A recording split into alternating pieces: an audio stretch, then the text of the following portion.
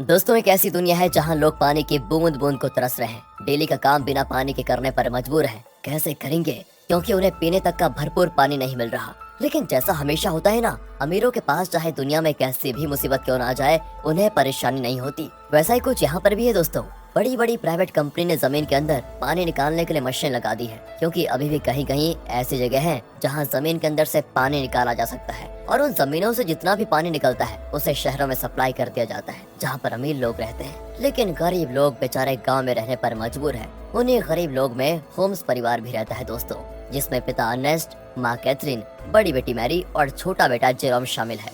बड़ी मुश्किल से यह परिवार गांव में अपना गुजारा कर रहा था। अर्नेस्ट की काफी बड़ी जमीन भी थी, जिसमें उसके पिता खेती किया करते थे। लेकिन पानी की कमी होने की वजह से अर्नेस्ट खेती नहीं कर पा रहा है। उसने सरकार से भी बात की कि मेरी जमीन अभी भी फर्टाइल है, यानी कि पानी मिले तो इस पर फसल उगाई जा सकती है। लेकिन किसी को भी अर्नेस्ट की बात पर भरोसा नहीं है। इसलिए अर्नेस्ट खुद से ही जमीन खोद कर ट्राई करता है कि क्या पता उसकी किस्मत अच्छी हो, उसे पानी मिल जाए, जिससे उसका खेत फिर से हरा भरा हो जाएगा और फसल बेचकर वो पानी की कमी को भी अपने परिवार के लिए पूरा कर लेगा। दोस्तों, एक दिन की बात है कि अर्नेस्ट के खेत में जहाँ उसने पानी निकालने के लिए मशीन लगाई थी, वहाँ पर दो चोर आ जाते हैं जो उस मशीन को चुराने आए थे। अर्नेस्ट तुरंत ही गन लेकर वहाँ पहुँचता है और चोरों को जैसे ही पता चलता है कि अर्नेस्ट यहाँ पर आ चुका है, वो लोग बहाना करने लगते हैं कि हम तो बहुत दूर से आए हैं, थोड़ा पानी मिल जाता तो आपकी मेहरबानी होती। पर दोस्तों, तभी वो चोर मौका देखकर अपने पास रखी गन निकाल लेते हैं ताकि अर्नेस्ट को शूट कर पाए। लेकिन अर्नेस्ट का पाला तो ऐसे चोरों से डेली पड़ता था, इसलिए वो तुरंत ही उनके शॉट करने से पहले ही गन चलाकर उन्हें वहीं पर ढेर कर देता है। देखा दोस्तों, ऐसा हाल हो गया है पानी के लिए कि एक दूसरे की जान लेने पे तुले हुए हैं लोग। अर्नेस्ट अपनी मशीन को चेक करने आता है, लेकिन बेचारे को पता चलता है कि यहाँ से जो थोड़ा बहुत पानी निकलता था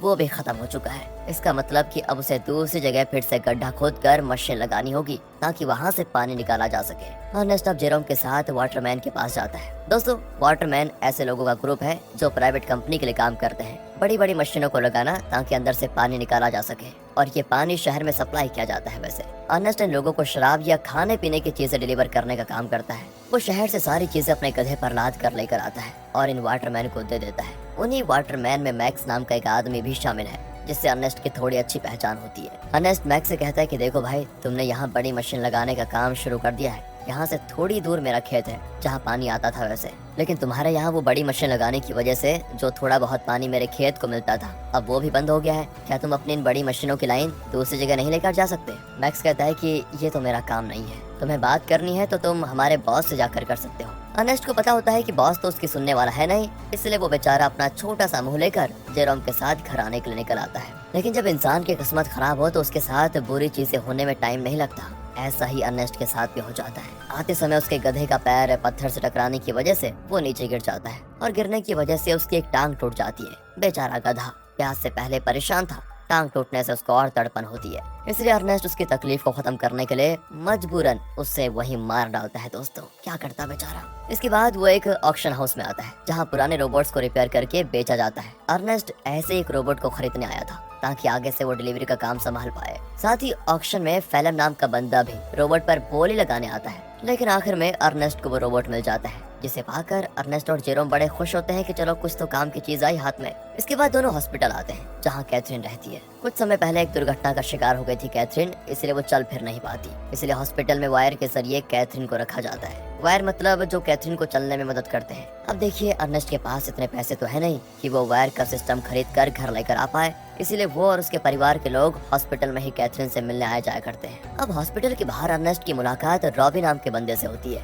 जो अर्नेस्ट का बढ़िया दोस्त है, काफी ज्यादा करीबी है। उसके पास तो रहने के लिए घर तक भी नहीं है, साथ ही वो दिमाग से भी थोड़ा कमजोर है। इसलिए अर्नेस्ट उसके पास जो थोड़ा बहुत पानी होता है वो रॉबी और उसके परिवार को दे देता है, क्योंकि भले ही अर्नेस्ट के पास भी पानी की कमी है, लेकिन बंदे का दिल बहुत बढ़िया है यार। अब वहाँ से अर्नेस्ट जैसे ही घर आता है ना, उसके पास फेलम पहुँच जाता है, जो उससे कहता है कि मुझे तुम्हारा रोबोट चाहिए, कुछ जरूरी काम है। अर्नेस्ट को पता था कि फेलम एक नंबर का बदमाश आदमी है, वो रोबोट वापस करने में नाटक करेगा। इसीलिए दोस्तों, अर्नेस्ट रोबोट देने से साफ मना कर देता है। साथ ही दोस्तों, मैं आपको बता दूं कि फेलम और अर्नेस्ट की बेटी मैरी का एक दूसरे के साथ चक्कर चल रहा है। अर्नेस्ट ने कई बार मैरी को समझाया कि वो फेलम से दूर रहे, वो अच्छा इंसान नहीं है, लेकिन मैरी है कि सुनने को तैयार ही नहीं होती। फेलम की वजह से वो तो अपने पिता से भी नफरत करने लगी है। बताओ दोस्तों, माँ बाप कभी गलत होते हैं क्या? जो बच्चे माँ बाप की बात नहीं मानते उनके साथ तो बुरा होता ही है। कहीं मैरी के साथ भी कुछ बुरा ना हो जाए। खैर आगे देखते हैं। अगले सीन में अर्नेस्ट एक और जगह गड्ढा खोद रहा होता है, इस उम्मीद में कि शायद वहाँ से कुछ पानी निकल जाए, लेकिन बड़ी मशीनों के पाइपलाइन के कारण आसपास का पूरा इलाका सूखा पड़ चुका था। इसलिए अर्नेस्ट को यहाँ भी निराशा का सामना करना पड़ता है। साथ ही गड्ढा खोदने के दौरान अर्नेस्ट जेरोम से बात कर रहा होता है। वो कहता है, जब मैं शहर गया था वहाँ मैंने एक लड़की को देखा जिसके बाल तो छोटे हैं लेकिन देखने में बहुत सुंदर है। तुम तो बेटा बड़े हो चुके हो, कहो तो तुम्हारी बात करवा दो उससे। मैं नहीं जानता कि इस हालत में हम कब तक जिंदा रह पाएंगे, इसलिए हमारे पास जो भी पल बचे उन्हें अच्छे से जी लेना चाहिए हमें। और दोस्तों ऐसे ही बाप बेटे आपस में बात करते हुए कुछ टाइम एक दूसरे के साथ बढ़िया तरीके से बिताते हैं। इसके बाद अर्नेस्ट जैसे ही घर आता है, मैरी उससे कहती है, मुझे पैसे चाहिए पापा, मैं फैलम के साथ जा रही हूँ, मुझे यहाँ पर बहुत घुटन हो रही है। अर्नेस्ट कहता है, घुटन हो रही है? मैंने बचपन से तुम्हें पाल पोस के बड़ा किया, सब कुछ देने की कोशिश की तुम्हें, और फिर भी तुम ऐसी बातें कर रही हो। मैरी तो ऊपर से जवाब देती है, कहती है, हम यहाँ पर जी नहीं रहे, सरवाइव कर रहे हैं और मुझे ऐसी जिंदगी चाहिए ही नहीं। अर्नेस्ट के लाख समझाने पर भी जब मैरी नहीं मानती तो अर्नेस्ट मैरी को कमरे में बंद करके खिड़कियों पर कीड़े लगा देता है ताकि वो फैलम से मिल ना पाए। अब अर्नेस्ट जैसे सप्लाईज लेने के लिए शहर जाने वाला होता है, तभी उसको पता चलता है कि रोबोट गायब है। ये देखकर उसकी हालत खराब, वो परेशान हो जाता है। वो समझ चुका था कि ये काम तो फैलम के अलावा कोई दूसरा कर नहीं सकता। वो वहाँ से तुरंत वाटरमैन के पास आता है ताकि उनसे पूछ सके कि क्या फैलम यहाँ पर आया था कि नहीं। पर वहाँ पर आते ही मैक्स और बाकी वाटरमैन मिलकर अर्नेस्ट पर धावा बोल देते हैं दोस्तों, और जमकर उसकी पिटाई करने लगते हैं। उनका कहना होता है कि तुमने हमारी सप्लाई चुराई, जो हमारी मेहनत की कमाई थी, जिसे तुमने शायद कहीं और बेच दिया होगा। अर्नेस्ट कहते हैं, अरे ये क्या कह रहे हो तुम? मैं खुद यहाँ तुमसे पूछने आया था कि क्या फैलम मेरा रोबोट लेकर यहाँ आया था या नहीं, लेकिन उल्टा तुम लोग मुझे ही मार रहे हो। दोस्तों अर्नेस्ट यहाँ पर समझ चुका था कि जरूर फैलम ने शहर से मेरे बदले सप्लाईज ले ली और उसे वाटरमैन को देने के बजाय चुरा कर कहीं और लेकर चला गया। इसलिए दोस्तों अर्नेस्ट जैसे तैसे वाटरमैन से पीछा छुड़ाकर फैलम को ढूंढने के लिए निकल जाता है, जो उसे मिल भी जाता है। साथ ही अर्नेस्ट का शक भी सही था, उसने ही सप्लाई चुराई थी दोस्तों, जिससे वो बड़े आराम से खा पी रहा था। इसलिए अर्नेस्ट गन पॉइंट पर लेकर फैलम को डरा देता है और उसे वाटरमैन के पास ले जाने लगता है, ये बताने के लिए कि सप्लाईज मैंने नहीं फैलम ने चुराई थी। आगे बढ़ते हुए दोनों काफी ज्यादा थक चुके थे। अर्नेस्ट सबसे ज्यादा थक चुका था और साथ ही साथ उसका पानी भी खत्म हो चुका था। इसीलिए दोस्तों फैलम अर्नेस्ट को बहकाने की कोशिश करता है कि मैंने सप्लाईज की थोड़ी शराब पी ली थी और थोड़ी बची है, मेरी मानो तो बची हुई शराब हम दोनों आधा आधा बांट कर पी लेते हैं। ज्यादा से ज्यादा वाटरमैन क्या करेंगे, मुझे मारेंगे ही ना, लेकिन अगर हमने पिया नहीं तो हम प्यास से जरूर मर जाएंगे।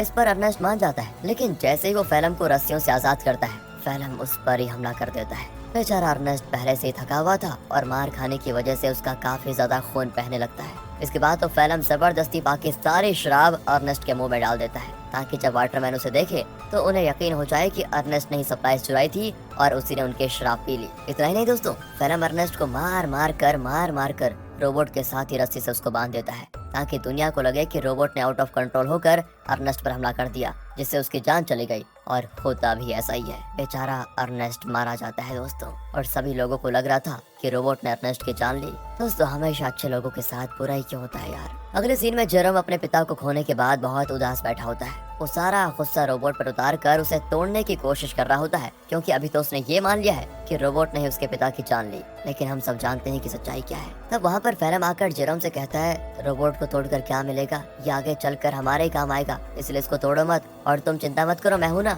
मैं तुम्हारे परिवार को संभाल लूंगा, तुम्हारे और मैरी का अच्छे से ख्याल भी रखूंगा। पता हो दोस्तों, कातिल मसीहा बनने की कोशिश कर रहा है। अगले सीन में दिखाते हैं कि फैलम मैक्स के पास आकर कहता है, मुझे पानी की एक पाइपलाइन चाहिए ताकि उसकी मदद से मैं अर्नेस्ट की जमीन पर खेती कर सकूं। मैक्स कहता है, मैं क्या तुम्हारा कोई नौकर हूं, जो तुम कहोगे और मैं कर दूंगा। तो फैलम उससे कहता है कि अच्छा, तुम्हें मानना पड़ेगा दोस्त, मानना पड़ेगा। वो दोस्तों उसका चाकू दिखाते हुए कहता है, ये चाकू तो याद है ना तुम्हें, उस दिन जब सप्लाईज लेकर तुम लोगों ने अर्नेस्ट पर हमला किया था, तब ये चाकू अर्नेस्ट ने तुमसे ले लिया था और मुझे ये चाकू उसकी बॉडी के पास मिला जिसमें तुम्हारा नाम लिखा हुआ है। सभी जानते हैं कि मरने से एक रात पहले सरप्राइज लेकर तुम्हारी और उसकी लड़ाई हुई थी। तो मैं क्या सोच रहा था कि मैं जाकर सभी को ये बात बता देता हूँ कि लड़ाई के दौरान तो मैक्स अर्नेस्ट को नहीं मार पाया, लेकिन अगले दिन जब उसे मौका मिला तो उसने अर्नेस्ट को मार दिया और आरोप डाल दिया रोबोट पर। यह सुनकर मैक्स घबरा जाता है और फैलम की बात मानते हुए कंपनी से छुपाकर एक सीक्रेट पाइपलाइन अर्नेस्ट के खेत में चालू करवा देता है, जिससे दोस्तों खेत को पानी मिलना शुरू हो जाता है। सभी बड़े खुश होते हैं कि यहाँ पर फिर से खेती हो सकेगी। फैलम दोस्तों डेली हल जोतता है ताकि फसल उगा पाए। देखते देखते उसकी मेहनत रंग ला जाती है और खेती में चारों तरफ फसल उगने लग जाती है, जिसे देखकर जेरोम और बाकी सभी बड़े खुश होते हैं। साथ ही फैलम और मैरी रिलेशनशिप में भी थे, जिस वजह से मैरी प्रेग्नेंट हो चुकी थी, इसलिए उन दोनों की शादी करवा दी जाती है। शादी से फैलम बड़ा खुश था लेकिन अंदर ही अंदर उसे ये भी याद आ रहा था कि ये सब अर्नेस्ट का था जो उससे मैंने छीन लिया। आज वो जिंदा होता तो ना ही मैरी से उसकी शादी होती और ना ही ये खेत उसे मिलता। अर्नेस्ट के मरने के बाद फेलम ने उसकी सारी चीजों को दोस्तों अपना लिया होता है, लेकिन ये इंसान यहाँ पर भी नहीं रुकेगा। अभी आप इसके पाप देखिए कितना करता है ये। अगले सीन में बैंक से कुछ कर्मचारी आते हैं जो फेलम के पैरों तले जमीन खिसका देने वाली बात बताते हैं कि जमीन पर तुम्हारी फसल उगी है। उस जमीन को अर्नेस्ट ने गिरवी रखा था, वो तो मर गया, इसलिए अब ये जमीन बैंक की होती है और इसमें जो फसल उगी है वो भी बैंक के पास ही जाएगी। फेलम कहता है नहीं, ऐसा नहीं हो सकता, ये बात तुम्हें पहले बतानी चाहिए थी जब यहाँ पर फसल नहीं उगी थी उस समय, और अगर तुम पहले बता देते तो मैं कोई दूसरी जमीन देख लेता। लेकिन दोस्तों बैंक वाले नहीं मानते, वो कहते हैं कि 1 हफ्ते के अंदर अगर पैसे नहीं मिले तो इस जमीन को तुम भूल जाना। इतना कहने के बाद वो चले जाते हैं। फेलम तो परेशान हो चुका था कि अर्नेस्ट ने तो मुझे बेवकूफ बना दिया, बेकारी कहेगा, जमीन तक गिरवी रखिए, बताओ अब पैसों का बंदोबस्त कैसे कर पाऊंगा। बताओ दोस्तों, ये तो वही बात हो गई, उल्टा चोर कोतवाल को डांटे। खैर अब फेलम जेरोम से कहकर रोबोट ले जाने लग जाता है। वो कहता है मैं रोबोट को बेचने जा रहा हूँ ताकि इससे मिले पैसों से बैंक वालों का उधार चुका पाऊँ। लेकिन दोस्तों फेलम शरीफ आदमी नहीं था, वो रॉबी के पास आता है। वही रॉबी दोस्तों जो काफी ज्यादा करीब है, और वो उसे बहाने से साथ में ले जाता है कि मेरे साथ चलो, मैं तुम्हारे लिए पानी वगैरह का बंदोबस्त करता हूँ। इसलिए बेचारा रॉबी अपने बच्चे को लिए फेलम के साथ चला जाता है। लेकिन मैंने कहा था ना दोस्तों, फेलम के पापों का घड़ा भरा नहीं है। वो धोखे से बेचारे रॉबी के बच्चे को बेच देता है, जिनसे मिले पैसों को वो बैंक वालों को दे देगा। अब इसकी खबर जैसे रॉबी को लगती है, वो फेलम से झगड़ा करने की कोशिश करता है। लेकिन जहाँ पर फेलम ने बच्चे को बेचा था वहाँ झगड़ा वगैरह करने का रूल नहीं होता। बच्चा बिक गया तो डील कभी नहीं टूटेगी, इसलिए वो बदमाश लोग रॉबी को शूट करके मार देते हैं दोस्तों। साथ ही वो फेलम को भी शूट करने की कोशिश करते हैं, क्योंकि उन्हें तो लगा था कि फेलम रॉबी की परमिशन के साथ उसके बच्चे को बेच रहा है। इसलिए फेलम जैसे तैसे अपनी जान बचाकर दोस्तों वहाँ से भाग ही जाता है। साथ ही वो रोबोट को वहीं छोड़ देता है, क्योंकि उसे जेरोम को भी तो बताना है कि ये पैसे बच्चे को बेचकर नहीं बल्कि रोबोट को बेचकर आए हैं। क्या कहें दोस्तों, कितना बुरा आदमी है यार फेलम। तभी तो दोस्तों अर्नेस्ट अपनी बेटी मैरी को मना कर रहा था इसके साथ रहने के लिए। अगले सीन में बैंक को पैसा देने की वजह से जमीन फिर से फेलम की हो जाती है, तो वहीं रोबोट आगे बढ़ते हुए अपने ओरिजिनल ओनर के पास जाने के लिए निकल पड़ता है। क्योंकि जब वो बदमाश लोग फेलम और रॉबी को शूट कर रहे थे तो कुछ गोली रोबोट को भी लग गई थी, जिससे हुआ ये कि रोबोट की डिफॉल्ट सेटिंग ऑन हो गई और इसीलिए वो अपने ओरिजिनल ओनर के पास जा रहा है जो कि शहर में रहता है, और ओनर का नाम है कैल्विन। वो जैसे उस रोबोट को देखता है तो बिल्कुल हैरान हो जाता है कि ये किसका रोबोट घूमकर वापस मेरे पास आ गया। उस रोबोट पर दोस्तों अर्नेस्ट का नाम लिखा हुआ था, इसलिए कैल्विन रेडियो के जरिए अर्नेस्ट से संपर्क करने की कोशिश करता है ताकि वो आगे आए और अपने रोबोट को वापस लेकर जाए। जेरोम तो जैसे रेडियो को ऑन करता है तो बिल्कुल हैरान हो जाता है कि फेलम ने तो कहा था कि उसने रोबोट को बेच दिया, अब ये कैल्विन बता रहा है कि रोबोट उसके पास है। इसलिए दोस्तों वो डिसाइड करता है कि अगर कैल्विन रोबोट वापस देना चाहता है तो कोई नहीं, ये तो बहुत अच्छी बात है, मैं जाकर उसको ले लेता हूँ। अगले सीन में जेरोम को रॉबी की पत्नी दिखाई देती है, जो रॉबी और उसके बच्चे के वापस न आने पर सदमे में जा चुकी थी। वो एक गुड़िया लेकर रॉबी और अपने बच्चे के आने का इंतजार करती है। सच में दोस्तों बेचारी के साथ बहुत बुरा हुआ ना। एंड इस चीज को देखकर जेरोम को लगता है कि जरूर कुछ तो बात है जो फेलम छुपा रहा है। जिसके बाद वो शहर के बॉर्डर पर आता है, लेकिन 18 साल से कम होने की वजह से गार्ड्स उसे शहर में जाने नहीं देते। तब वहाँ पर एक लड़की आती है जिसका नाम अना है। वो जेरोम से कहती है मेरे पास आ जाओ, मैं तुम्हें शहर भिजवा सकती हूँ, वो भी बहुत कम पैसों में। जेरोम जैसे अना को देखता है तो बिल्कुल हक्का बक्का हो जाता है, क्योंकि वो हूबहू वैसी होती है जैसा कि अर्नेस्ट ने उसे छोटे बालों वाली उस लड़की के बारे में बताया था।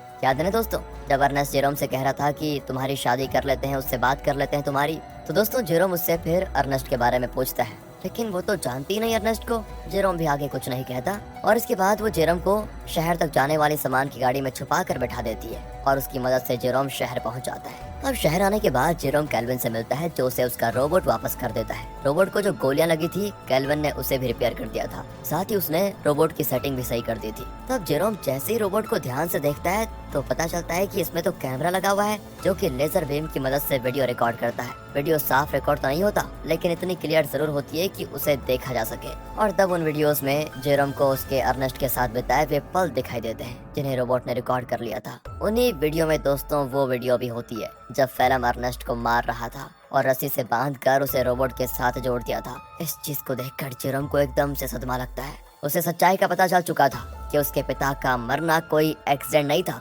बल्कि फेलम की सोची समझी साजिश थी। इसलिए वो रोबोट को लेकर वापस घर आ जाता है और आते ही फेलम को ये नहीं बताता कि उसको सब कुछ पता चल गया है, क्योंकि अगर मैरी को मालूम पड़ा कि ये सब फेलम ने किया तो वो तो सदमा बर्दाश्त नहीं कर पाएगी। ऊपर से वो प्रेग्नेंट भी है। इसीलिए जेरोम एक प्लान बनाता है वो फेलम से कहता है कि मैंने रेडियो पर सुना कि रॉबी तुम्हें बुला रहा है। अब ये सुनकर फेलम परेशान कि रॉबी तो मर चुका है, ये कौन सा रॉबी बुला रहा है। इसलिए वो कहता है कि शायद वो कोई दूसरा फेलम होगा जिसके लिए वो रॉबी बोल रहा है। अब प्लान फेल होता देखकर जेरोम एक लेटर लिखता है फेलम को, ताकि फेलम को ऐसा लगे कि ये लेटर रॉबी ने भेजा है और वो उसे उसी जगह पर बुला रहा है जहाँ पर अर्नेस्ट मरा था। लेटर देखकर फेलम समझ चुका था कि कुछ तो गड़बड़ी है, मुझे वहाँ पर जाकर देखना ही पड़ेगा। इसीलिए वो उसी जगह पर जाता है जहाँ पर उसने अर्नेस्ट को मारा था। आगे बढ़ते हुए उसे जमीन पर बना हुआ गड्ढा दिखाई नहीं देता और गलती से वो उसे गड्ढे में गिर जाता है, जहाँ गिरने से उसका पैर टूट चुका था और वो मदद के लिए चिल्ला रहा होता है। तब वहाँ पर जेरोम गन लेकर आता है। उसे इतने गुस्से में देखकर फेलम समझ जाता है कि जेरोम को सब कुछ पता चल चुका है और ये सारा प्लान जेरोम का ही था। तो फेलम जेरोम को बहलाते हुए कहता है, देखो जो हुआ मैं उसके लिए शर्मिंदा हूँ, मुझे माफ कर दो, लेकिन देखो मैंने मैरी और तुम्हारे कितना अच्छे से ख्याल रखा, अगर मुझे कुछ हुआ तो मैरी ये सदमा बर्दाश्त नहीं कर पाएगी, इसलिए मुझे जाने दो। लेकिन जेरोम उसकी एक नहीं सुनता और सीधे फेलम को शूट करके मार डालता है। इसके बाद वो रोबोट की मेमोरी भी रेज कर देता है ताकि कभी मैरी ये सब कुछ देख ही ना पाए। वो नहीं चाहता कि मैरी कभी कुछ इसका सच जाने। कुछ दिन गुजर चुके थे। फेलम के घर न आने पर मैरी बहुत परेशान होती है।